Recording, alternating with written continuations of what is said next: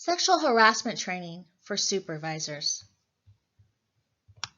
Sexual harassment training is not required under federal law. However, many states have enacted legislation specifically requiring sexual harassment training. Even if not required in a state, the Supreme Court's landmark decisions in two 1998 sexual harassment cases, subsequent court decisions, and Equal Employment Opportunity Commission guidelines make it clear that sexual harassment training is essential. As supervisors on the front line, it is essential that you know how to recognize sexual harassment and how to respond and prevent it. This sexual harassment training provides you with that knowledge. Sexual harassment glossary. Harassment. Any unwelcome, aggressive, or disruptive behavior, pressure, or intimidation. Harassment can be verbal, visual, or physical in nature.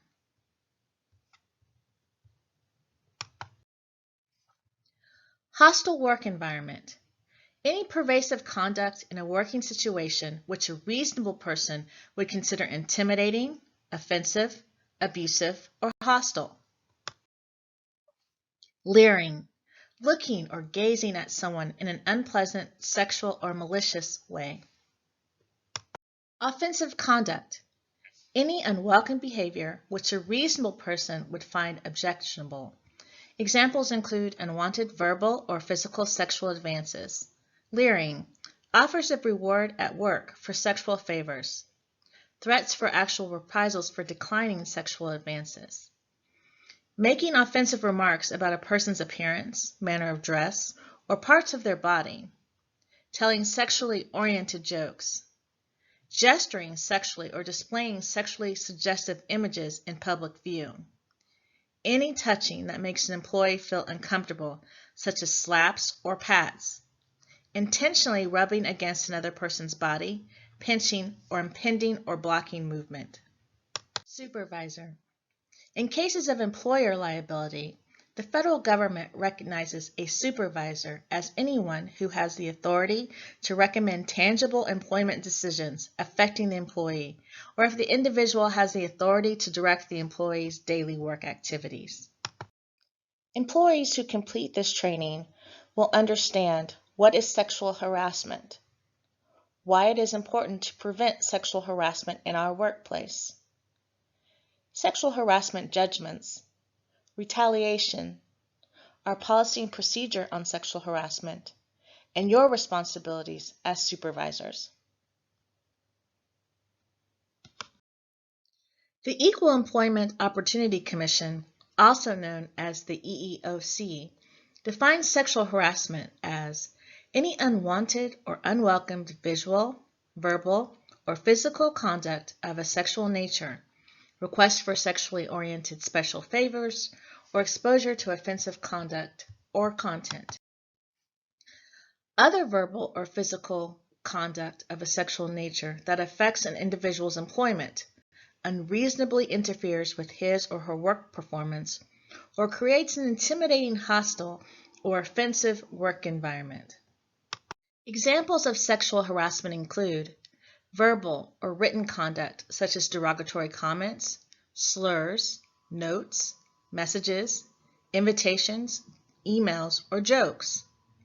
Visual conduct such as leering, gesturing, sexually suggestive pictures, posters or calendars, internet or email materials that contain sexually explicit or suggestive pictures, cartoons, or pornography.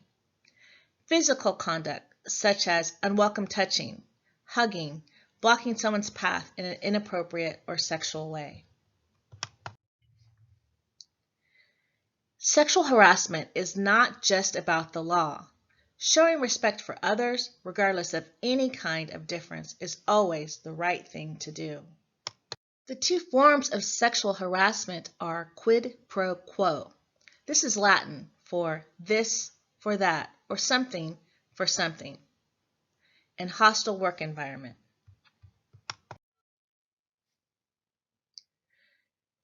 Quid pro quo, tangible employment action against the victim, involves monetary loss or change in job. For example, Mary Smith received smaller pay increase based on performance than other employees with similar performance because she refused to go out with her supervisor, John Doe. Hostile work environment. Speech or conduct that is severe and/or pervasive enough to create an abusive or hostile work environment. For example, Mike Maloney is leering at and intentionally brushing against Sally Davis. In addition to speech and/or conduct, hostile work environment covers explicit or suggestive items that are emailed, texted, electronically provided, or displayed in the workplace that interfere with job performance or that create an abusive or hostile work environment. For example, Jill Jones texts and instant messages her coworkers with sexually explicit jokes and pictures. Who can commit sexual harassment?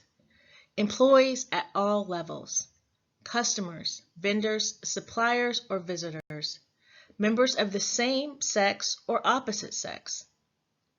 Who can be a victim of sexual harassment? Individual or individuals targeted by statements or actions, bystanders, third parties, or witnesses not directly targeted. Third-party complaints. Third-party complaints are fairly common, especially where two or three people frequently joke around with each other and are unaware or just don't care how their behavior affects others. Harassment and discrimination laws protect everyone in the workplace. If your behavior is inappropriate and offends even one person, your supervisor will have to ask you to stop. Unlike the free speech rights you have in other aspects of your life, it's simply not your right to make discriminatory or harassing comments in the workplace. The employer is responsible for providing a workplace free from discrimination and harassment, regardless of the problem. The law requires employers to take all reasonable measures to protect their employees from illegal conduct in the workplace. The law recognizes that some very mild behavior or conduct actually doesn't violate the law. The U.S. Supreme Court in one case even noted that sexual harassment law isn't meant to set a civility code for the nation. The best test to determine if something may be sexual harassment.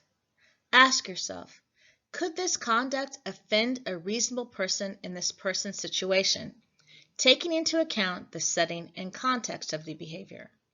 If a reasonable person could find the conduct offensive and the complainant did find it offensive, then it has crossed the line and should cease. Why is it important to prevent sexual harassment in our workplace? Sexual harassment harms us all. The most important part of our corporate values is to ensure all employees are treated with respect and dignity.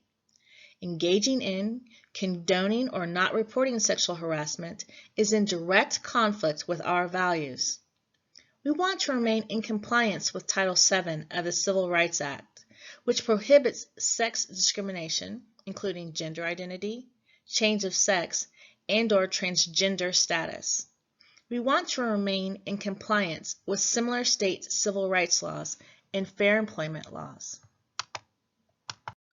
Liability for the employer may be under federal or state law or civil litigation.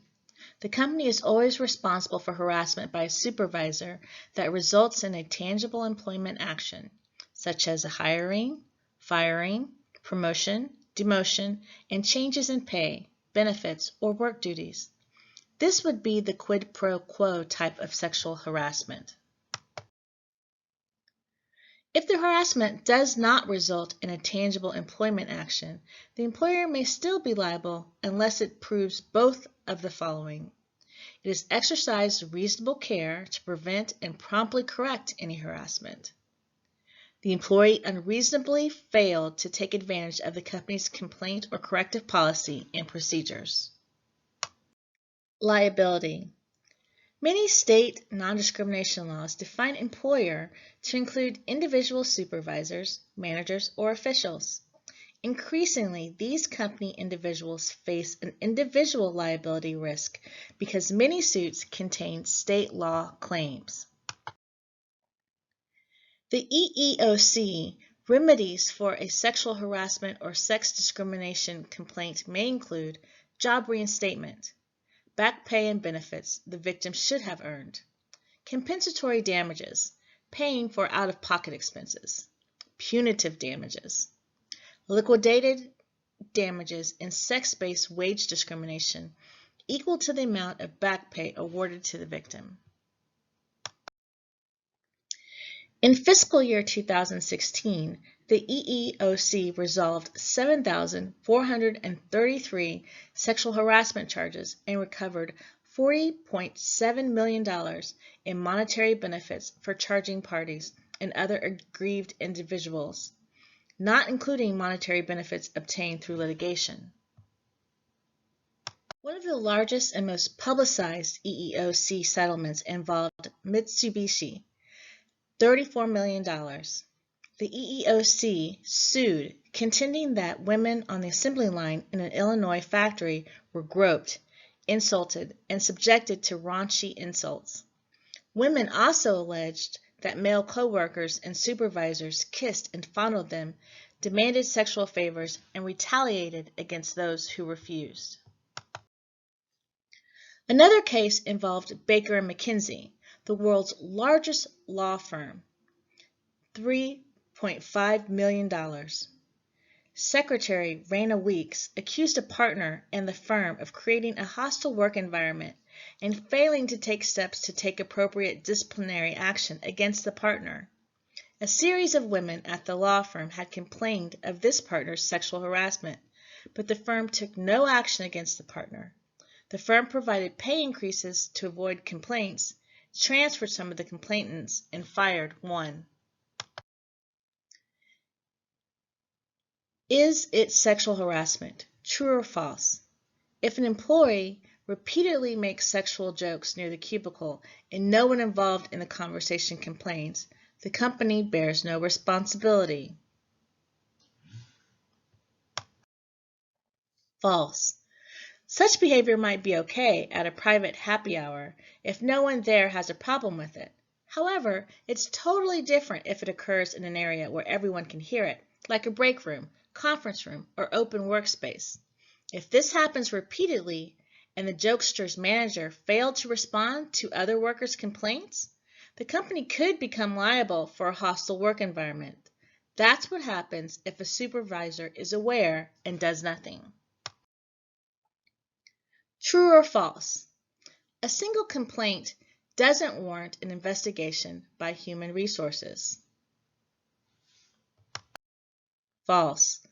Although a behavior isn't legally considered harassment unless it is shown to be pervasive, HR must take every complaint seriously and consider the likelihood that the initial grievance could be the tip of the iceberg. The EEOC will make the decision about whether it's pervasive, but we can't wait until it's pervasive to take action. If you receive a complaint, immediately raise it to HR. HR will proceed by conducting a thorough investigation. HR will ask the person who complained to share the details about what happened and who may be aware of the incident. HR will interview all witnesses. Once all evidence has been gathered, HR will also get the accused person's side of the story. After collecting the accused person's statement, HR can disclose the evidence and consider all facts and apply appropriate consequences as necessary. True or false? HR may need to tell an individual if his or her physical gestures, such as a tight hugging and shoulder massages, are making others uncomfortable. True. This falls under whether or not a reasonable person finds that behavior acceptable in the workplace. It's about having spatial awareness.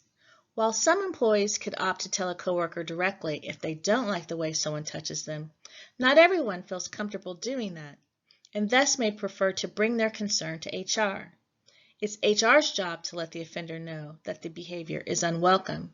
There's a difference between giving a hug to say hello and rubbing someone's shoulders that is unwelcome. True or false? If my intentions were good, for example, I meant to compliment someone on how great they looked, There is no way my conduct could violate my employer's sexual harassment prevention policy. False. Harassment is seen through the eyes of the victim, not the intentions of the harasser. So even well-intentioned comments could offend and violate the policy. True or false?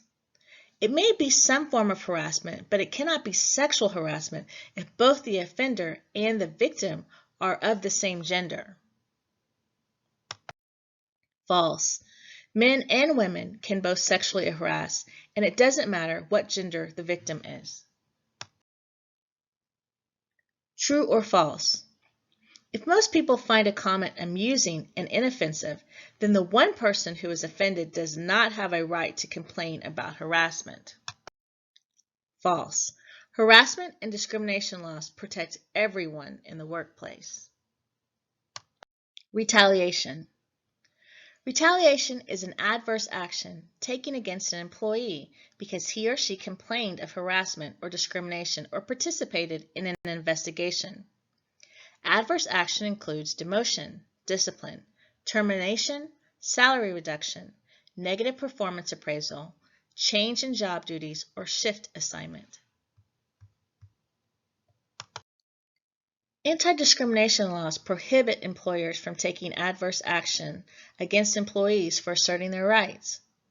When an employee complains of sexual harassment to you or to others in this company or to a government agency, you must not take any action that the employee may view as punishment or retaliation for filing the complaint. Employers are free to discipline or terminate workers if motivated by non-retaliatory and non-discriminatory reasons that would otherwise result in such consequences. However, an employer is not allowed to do anything in response to EEO activity that would discourage someone from resisting or complaining about future discrimination. To succeed in a retaliation claim, an employee must prove the following: that he or she engaged in a protected activity, such as complaining of sexual harassment, that he or she suffered an adverse employment action, such as demotion or termination, that the protective activity and adverse action are linked. To avoid charges of retaliation, always document the reason for any adverse employment action taken against an employee. Make sure that the documentation shows no discriminatory reason for the adverse action. Do not take any adverse action against an employee who has complained of sexual harassment without discussing with and obtaining approval from HR. Our policy and procedure on sexual harassment. Diamond Solutions remains committed to maintaining a work environment free from sexual harassment. The following guidelines, which define sexual harassment as prohibited by Diamond Solutions, both express company values and carry out the mandates of state and federal law. The guidelines seek to ensure a work environment free of all forms of discrimination, including sexual harassment.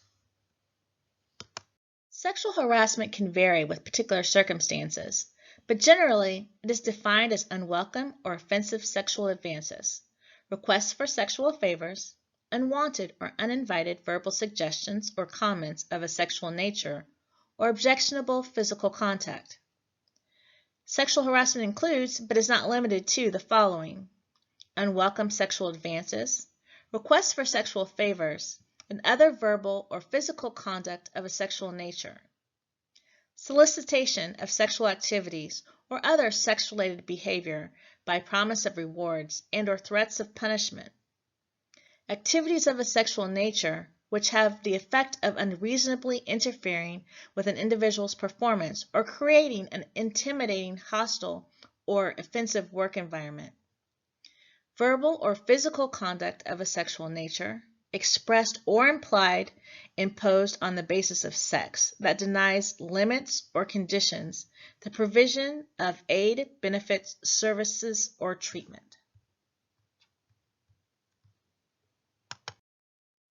Sexual harassment by an employee, manager, director, or others, to include but not limited to customers, third-party vendors, etc., will not be tolerated.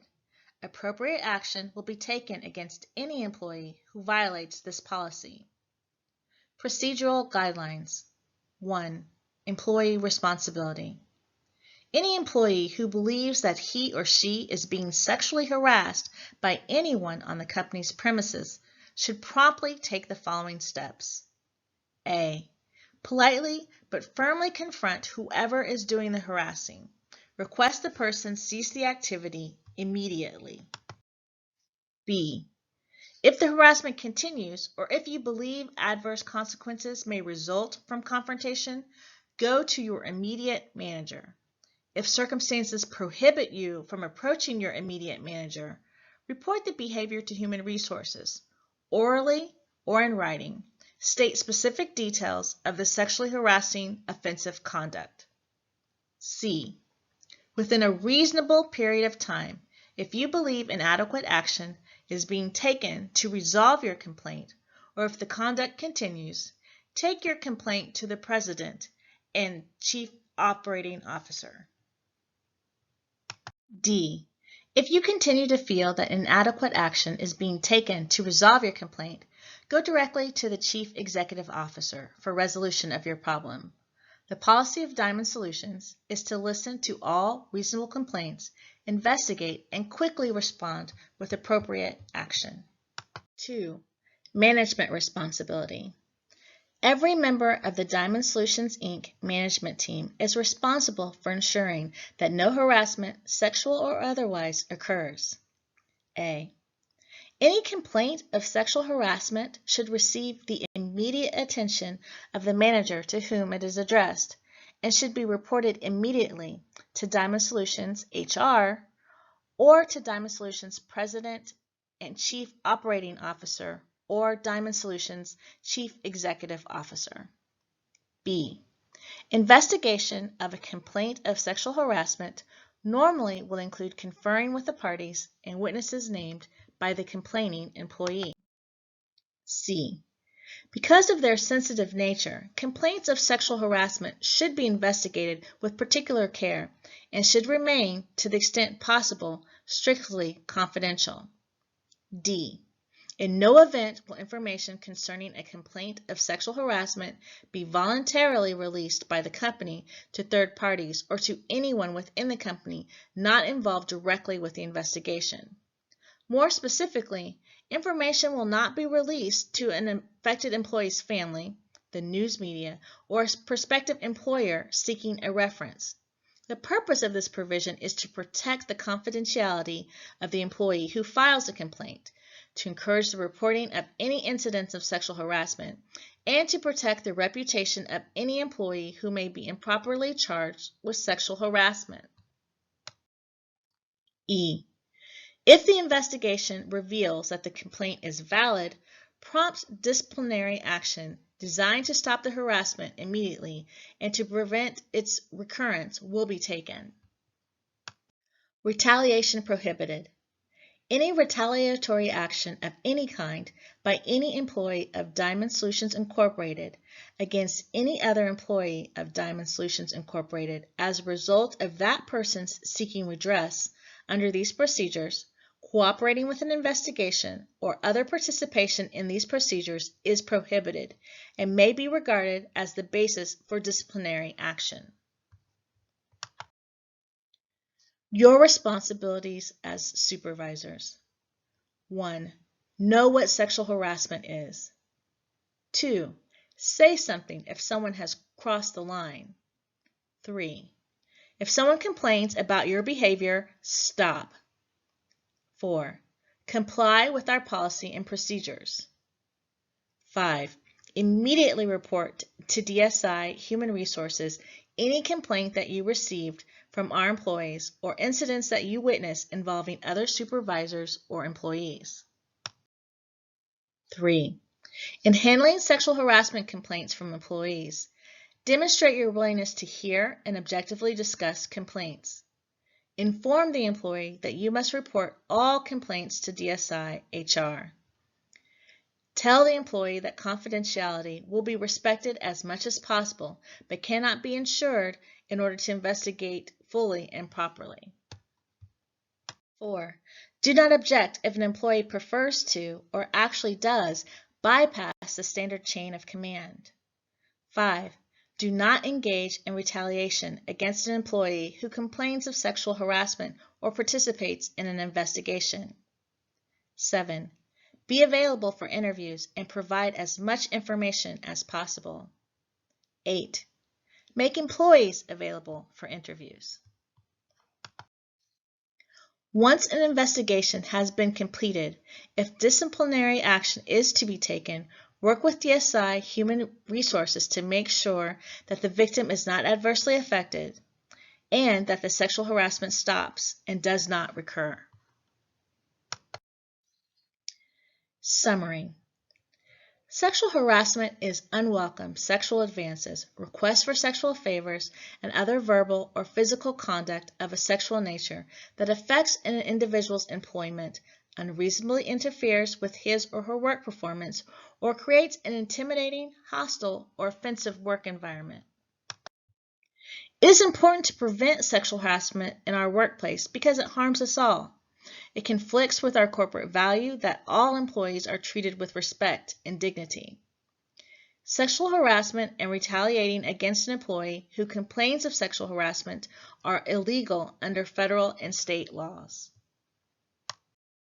The two forms of sexual harassment are quid pro quo and hostile work environment. Retaliation is taking adverse action against an employee who has complained of sexual harassment. It is just as illegal as sexual harassment and is strictly prohibited in our company. Your responsibilities as supervisors include complying with all DSI policy and procedures, immediately reporting any complaints you receive or incidents you witness to DSI HR, handling complaints from employees in accordance with our policy and procedures, never retaliating against an employee who complains of sexual harassment, assisting with investigations and disciplinary action, ensuring that victims are not adversely affected, making sure that sexual harassment stops and does not recur. By treating others with dignity and respect, we can all enjoy the benefits of a harassment-free workplace.